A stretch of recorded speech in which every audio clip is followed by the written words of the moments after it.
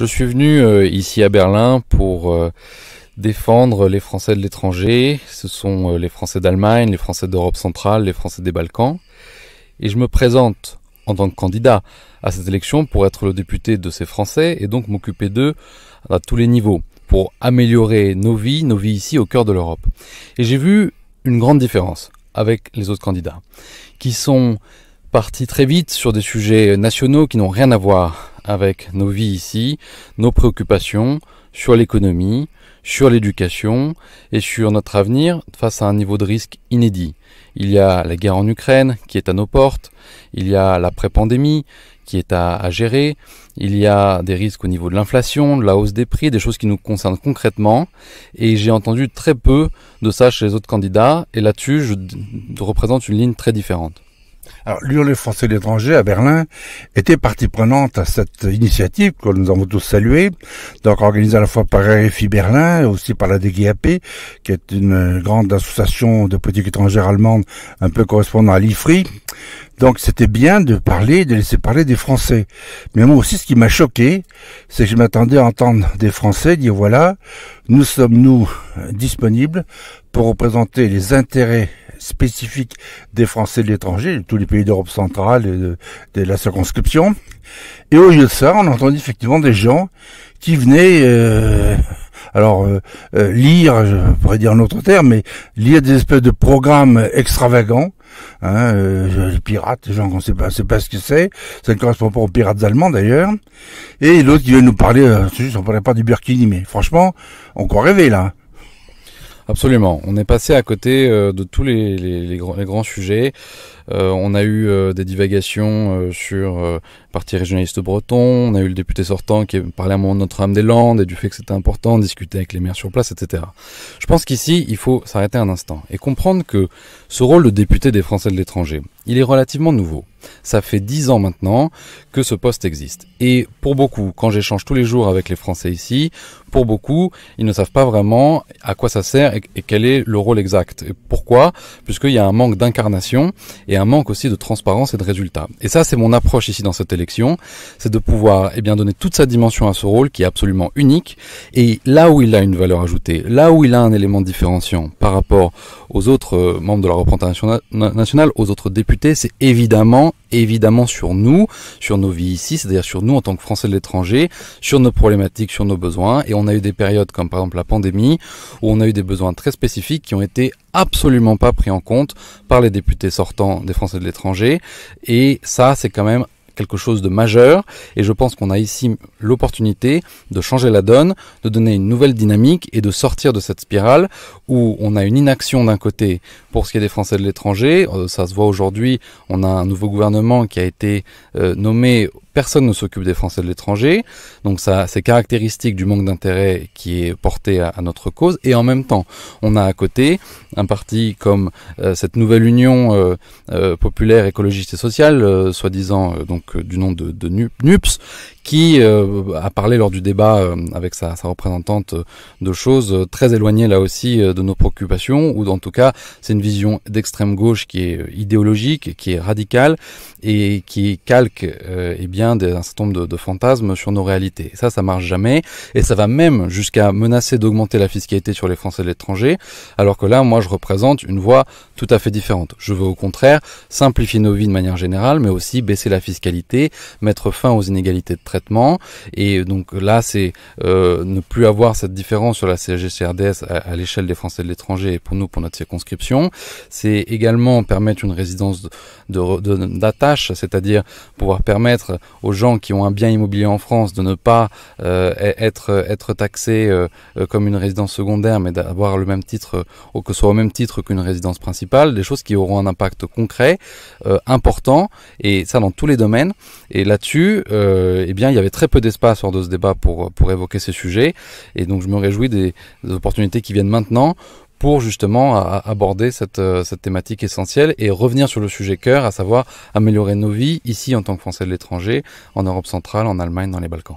Justement, cet exemple que vous venez de citer, c'était la question d'une femme dans l'assistance qui se demandait un petit peu où elle était, parce qu'on entendait parler de toute une série de programmes plus colorés les uns que les autres, qui n'avaient rien à voir avec l'association des Français de l'Allemagne, bon, ou d'ailleurs, hein, peut-être dans le fin fond des Cauches, je ne sais pas, et encore. Bon, c'est pas Notre-Dame-des-Landes ici en Allemagne, hein. Et elle disait, le lien que nous avons avec la France est en train d'être rompu pour beaucoup de Français de l'étranger. Ça, c'est une préoccupation pour tous les Français de l'étranger. Absolument.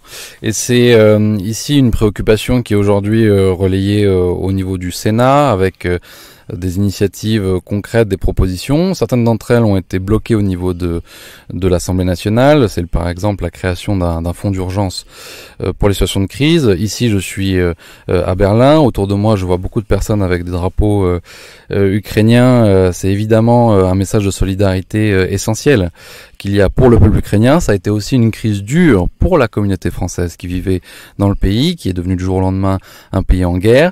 Et là-dessus, un fonds d'urgence et un fonds de soutien auraient permis de faciliter toute la logistique et de permettre d'avoir rapidement des solutions pour pouvoir éviter le risque, permettre le retour en France dans des bonnes conditions et avoir des moyens financiers pour le faire. Or là, c'est quelque chose qui a été bloqué par les députés, y compris députés des Français de l'étranger sortants. Et ça, c'est un exemple très concret d'une mesure que je porte, en l'occurrence de pouvoir permettre que dans toutes les situations de crise, on ait des fonds nécessaires pour faire face et pour aider justement aux communautés françaises d'être protégées.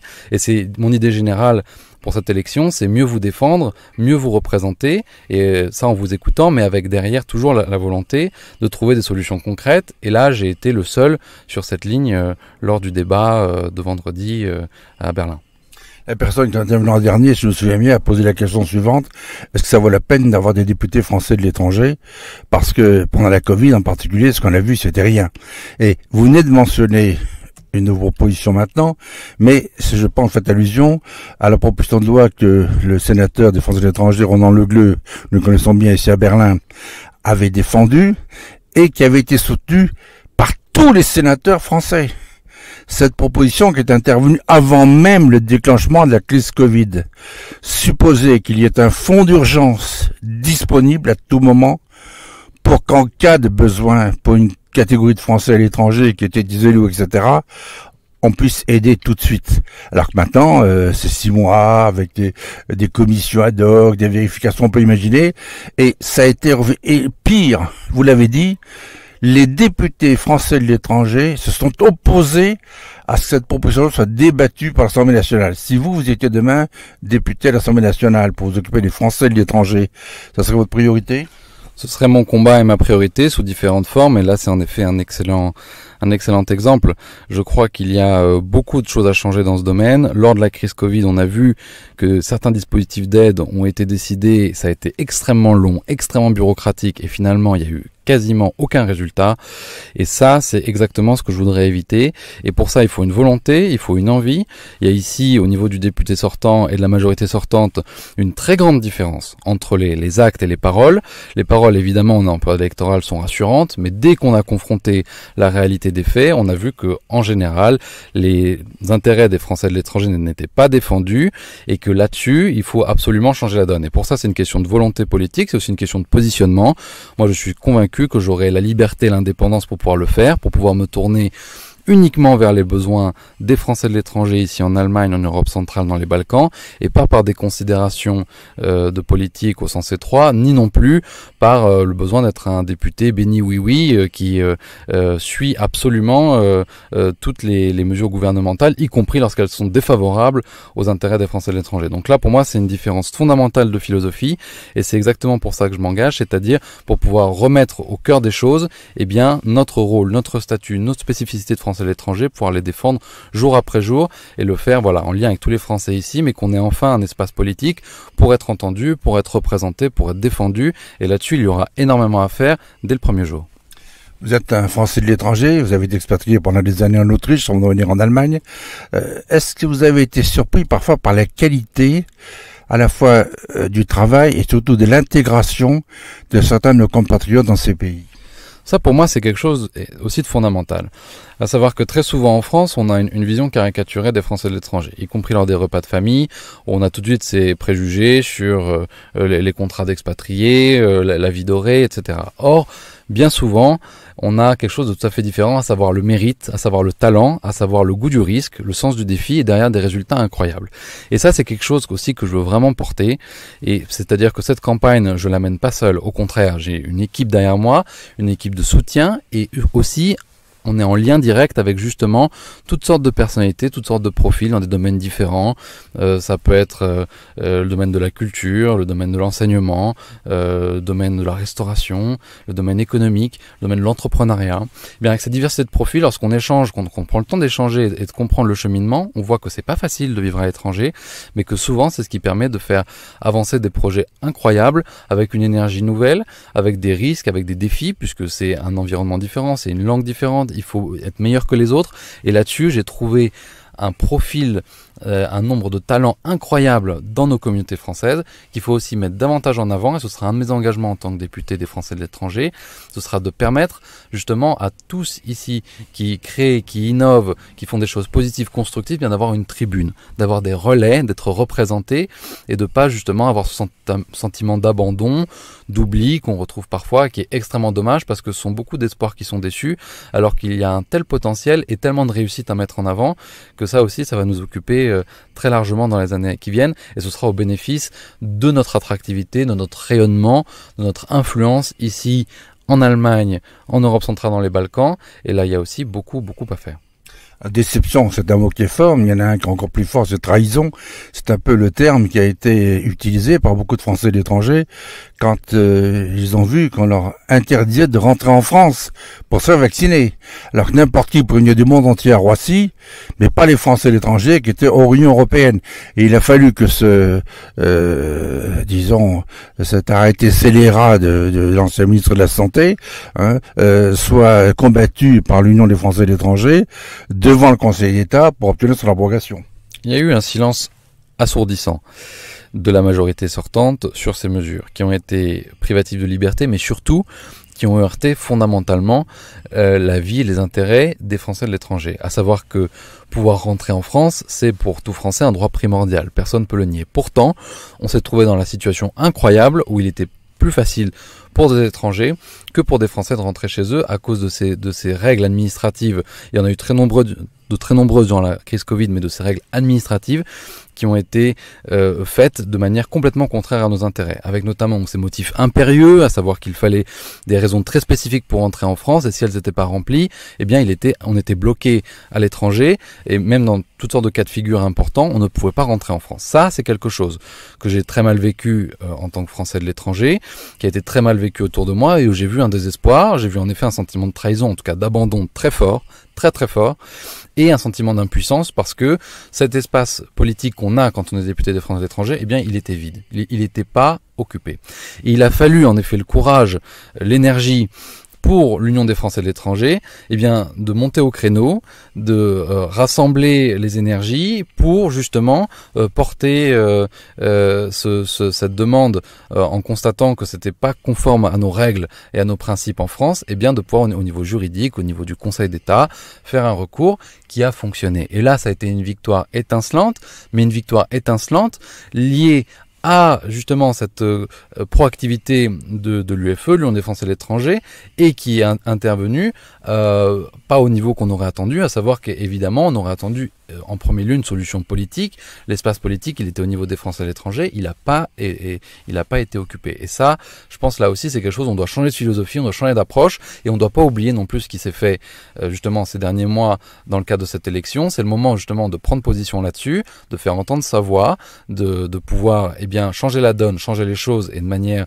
constructive, responsable. Moi, c'est la ligne que j'incarne à mon niveau avec cette union de la droite et du centre, et c'est un message, je pense, important pour les Français de l'étranger. Il y a aussi une injustice pour tous ces Français qui non seulement représentent bien notre pays en étant parfaitement intégrés, mais surtout en étant les meilleurs relais naturels de tous les produits français dans le monde. Alors ça aussi, ça c'est quelque chose, déjà il y a l'aspect nostalgie, à savoir souvent dès qu'on est à l'étranger, on regrette ces produits français, parce qu'ils ont une excellence, ils ont une qualité, ils ont des caractéristiques qui sont uniques.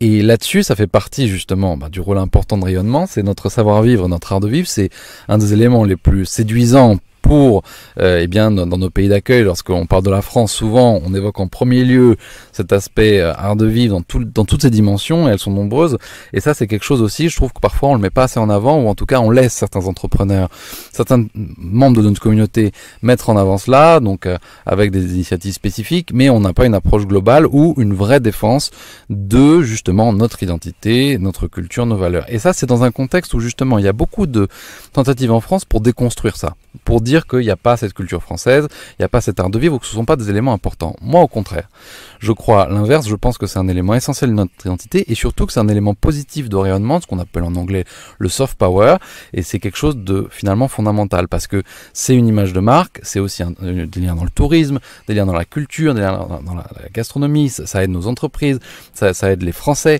qui vivent à l'étranger, justement à pouvoir mettre en avant leurs talents, mettre en avant leur savoir-faire, et faire la différence. Et là-dessus, je trouve que c'est un domaine encore inexploré, où on laisse les choses se faire par elles-mêmes, alors qu'il pourrait y avoir une meilleure prise en charge au niveau politique, justement, de cet enjeu. Et ça, c'est quelque chose qui pourrait rayonner sur toute notre circonscription ici en Allemagne, en Europe centrale, dans les Balkans, et qui donnerait lieu à des initiatives, à mon avis, de grande qualité et réussies, si tant est qu'on ait la volonté, qu'on s'en donne les moyens. Et ça, c'est ce que je m'engage à faire si je suis élu député, des Français de l'étranger ici. Alors, il y a aussi une autre dimension. Cette Europe est en train de changer. On ne sait pas ce qui se passera après la guerre en Ukraine, quand elle sera terminée. On espère que ça terminera bien pour nos amis ukrainiens et pour l'Europe. En tout cas, en Europe, la donne est déjà changée. Et on a déjà le sentiment que la presse française commence à s'y intéresser, qu'il va y avoir une sorte de recentrage en Europe, en donnant peut-être plus la parole à des pays qu'on n'a jamais entendus, et qui ont été admirables pendant cette crise d'ailleurs, et qui sont des réussites. Pour le cas de la Tchéquie. La Tchéquie, sur le plan économique, si elle continue comme ça, dans 10 ans, sera la Suisse. Donc ce sont des pays comme la Pologne qui ont fait une transformation depuis qu'ils ont pu se libérer de leur chaîne soviétique ou russe. Ce sont des pays qui ont été transformés. Et demain, ces pays vont peut-être jouer un rôle de premier plan, parce qu'on va avoir un recentrage en Europe. Et là, on se rend compte qu'en France, sur ces pays, on n'a personne. Quand on entend des parlementaires français parler de la Pologne, on se demande même si c'est sur une carte ou la Pologne. C'est quand même dramatique, ça, non? Alors pour moi, c'est un combat très important, puisque vous l'avez évoqué, j'ai vécu de nombreuses années en Autriche, qui est un pays au centre de l'Europe centrale, et je couvrais professionnellement justement tous les enjeux de cette région, sur le plan économique, sur le plan politique, sur le plan géopolitique.